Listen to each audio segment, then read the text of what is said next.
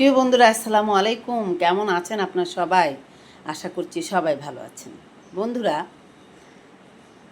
দরিদ্র মানুষ যারা আছে, গরিবের সন্তান, তারা না চিরদিনই অসহায় থাকে। যেমন একটা জবের জন্য যদি একটা চাকরির জন্য কারো কাছে যায়, সেক্ষেত্রে তার মামার জোর নাই, সেই জন্য চাকরিটা তার এত সহজে হয় না।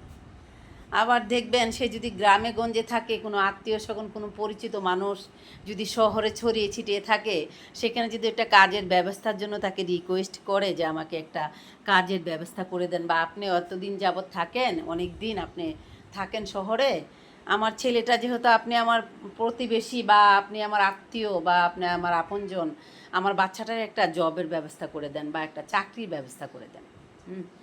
সেক্ষেত্রে মুখে বলবে হ্যাঁ হ্যাঁ দিব নে, ব্যবস্থা করে দেখছি দেখছি দেখছি, দেখি একটা খবর পেলেই আমি জানাবো, এই কথাগুলো তারা বলবে।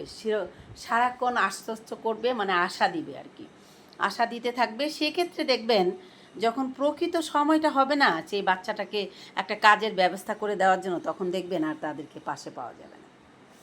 এই আমার কয়দিন আগেই আমার খুব কাছের একজন মানুষ, আমার আপন মানুষ, সে তার সেই মোহনগঞ্জ শহরে থাকে, সেখান থেকে আর কি ওনার খুব কাছের একজন পরিচিত মানুষ, সে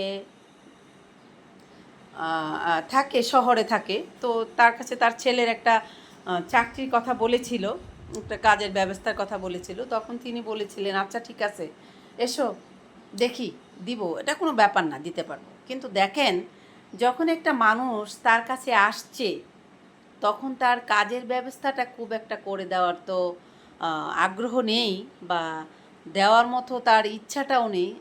যত সম্ভব সে এখান থেকে চলে গেলে তার তখন তিনি আর কি বেঁচে যায়। একটা লোক যদি আপনার কাছে আসে, সেক্ষেত্রে তার খাওয়ার কষ্ট হলে কি আপনি দেখবেন না? বা তার যদি একটু প্রবলেম হয় আপনি দেখবেন না? যদি আপনার প্রতিবেশী হয়, বা যদি আপনার আপনজন হয়, যদি আপনার কাছের মানুষ হয়, সেক্ষেত্রে তো একটা মানুষকে আপনি যদি আশা দেন, সে যদি আসে, তাহলে তো তাকে একটু হেল্প করার দরকার, তাই না? তো এই জিনিসটা দেখবেন, যাদের মামার জন্য নাই তাদের কাজের ব্যবস্থা হয় না, চাকরির ব্যবস্থা হয় না, তাড়াতাড়ি চাকরি হয় না। যারা দরিদ্র সন্তান বা অর্থনৈতিক দিক থেকে একটু গরিব, তাদের না কাজের ব্যবস্থাটা হয়ই না। মানে কি বলবেন, যারা আশা দিবে, যারা বড় বড় কথা বলবে যে দূর, এটা কোনো ব্যাপার হলো, এসো দিয়ে দিব, কাজের ব্যবস্থা করে দিয়ে দিব, কিন্তু আসলে আসলে তখন আর পাত্তা দিতে চায় না, তখন আর কাজের ব্যবস্থাটা করে দিতে চায় না। তখন মনে করে যত সম্ভব সেখান থেকে চলে গেলে তারা বেঁচে যায়। আর তখন শুধু বলার জন্য বলে, মনে করে ওরা আর যাবে, শুধু বলতে হবে তাই বলি, সেই কাজটাই করে। কিন্তু আসলে যারা বলে তারা কিন্তু মন থেকেই বলে, তারা কাজের সমস্যাটা তাদের আছে দেখেই, কাজটা তাদের দরকার দেখেই ওনার কাছে জিজ্ঞেস করে বা বলে যে আমাকে একটা কাজ, বা আমার ছেলেটাকে একটা কাজ করে বা একটা কাজের ব্যবস্থা করে দেওয়া যাবে কিনা। যখন না এই মানুষগুলো প্রথমে আশ্বস্ত করে, যেন আশা দেয়, তারপর আসলে যখন অবহেলা করে, তখন কিন্তু সেই মানুষগুলো অনেক কষ্ট পায়। তো বন্ধুরা, আপনারা যারা গ্রামে গঞ্জে আপনাদের পরিচিত মানুষ, আপনাদের আপনজন, আপনাদের প্রিয়জন ছড়িয়ে ছিটিয়ে আছে, তারা যখন আপনাদের কাছে শহরে থাকবেন, আপনারা একটা কাজের ব্যবস্থা আপনাদের কাছে চাইবে, যদি পারেন তাহলেই বলবেন, তা না হলে বলবেন না, আশা দিবেন না যে এসো কাজের ব্যবস্থা করে দিব। একটা কথা মনে রাখবেন, যে মানুষটা আপনার কাছে একটা কাজের সন্ধান করে বা কাজ চায়, তার কিন্তু আসলে সত্যি সত্যি কাজটার দরকার, সেই জন্যই আপনার কাছে চায়, শুধুমাত্র বলার জন্য বলে না। তাই একটা মানুষ যদি আপনাকে স্মরণ করে, আপনাকে ভালোবেসে আপনার কাছে আসে, যতটুকু সম্ভব চেষ্টা করবেন সেই মানুষটাকে নিরাশ করবেন না, একটা কাজের ব্যবস্থা করে দিবেন। দেখবেন সারা জীবন সে আপনার জন্য দোয়া করবে আর আপনার কথা বলবে। আর আপনি যদি কাজের কথা বলে তাকে নিয়ে আসেন, সেক্ষেত্রে তাকে কষ্ট দেন, কাজের ব্যবস্থাটা করে না দেন, সহযোগিতা না করেন, সারাটা জীবন সে যাই করুক না কেন, একসময় হয়তো সে অনেক অর্থের মালিক হতে পারবে, একসময় হয়তো সে 10টা কাজ দেওয়ার মতো ক্ষমতা তার হাতে থাকবে, কিন্তু সেই যে কষ্টটা আপনার কাছ থেকে পাবে, সেই দুঃখটা, সেটা কখনোই ভুলবে না। সেটা মনে রাখবে যে আমি একদিন একটা লোকের কাছে কাজের জন্য গিয়েছিলাম, সে আমার সঙ্গে কি কি করেছিল, সেই কষ্টটা না আসলে সে মন থেকে কখনোই বলতে পারবে না।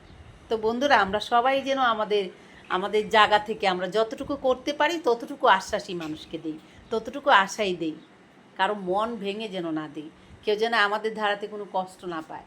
আর এই অকুল শহরে এসে থাকার জায়গা নেই, খাওয়ার জায়গা নেই, সেখানে এসে মনটা যেন ভেঙে যান, না যায়, অনেক কষ্ট না পায়, রাস্তায় রাস্তায় দাঁড়িয়ে যেন চোখের পানি না ফেলে, মানুষকে না দেখিয়ে চুপে চুপে কান্না না করে। কেউ দেখবে না, কিন্তু জানেন আপনার জন্য আশা করে অনেক বুক ভেদে আপনার কাছে এসেছে, আপনি তাকে নিরাশ করেছেন, আপনার জন্য একটু কষ্ট পেয়েছে, আকাশের দিকে তাকিয়ে কোথাও একটা নীরবে কোনো রাস্তার ফুটপাতে দাঁড়িয়ে চোখের পানি ফেলবে, কান্না করবে, যা আমাকে আশা দিয়ে এনেছিল এখন আমাকে, বর্ষা দিয়ে এনেছিল এখন আমাকে কিছুই করছে না, আমার পকেটে টাকা নেই, আমার থাকার জায়গা নেই, আমার খাবার নেই, আমি না খেয়ে আছি, কিন্তু সেই মানুষটা আমাকে কোনো রকম কোনো সহযোগিতা করছে না।